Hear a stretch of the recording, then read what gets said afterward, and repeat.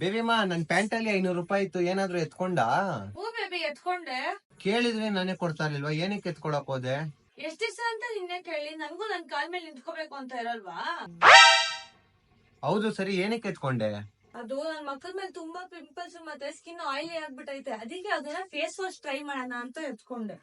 ನನ್ಗೆ ಹೇಳಕ್ ಆಗಲ್ವಾ ಮುಂಚೆನೆ? ನನ್ಗೆ ಗೊತ್ತಿರೋ ಒಂದು ಪ್ರಾಡಕ್ಟ್ ಇದೆ, ಅದನ್ನ ಯೂಸ್ ಮಾಡೋ, ಪಕ್ಕ ನಿನ್ ಪಿಂಪಲ್ಸ್ ಎಲ್ಲ ಹೋಗುತ್ತೆ. ಹೌದಾ? ಸರಿ ಕೊಡು, ನಾನು ಇವಾಗಿಂದಾನೆ ಇದನ್ನ ಟ್ರೈ ಮಾಡ್ತೀನಿ.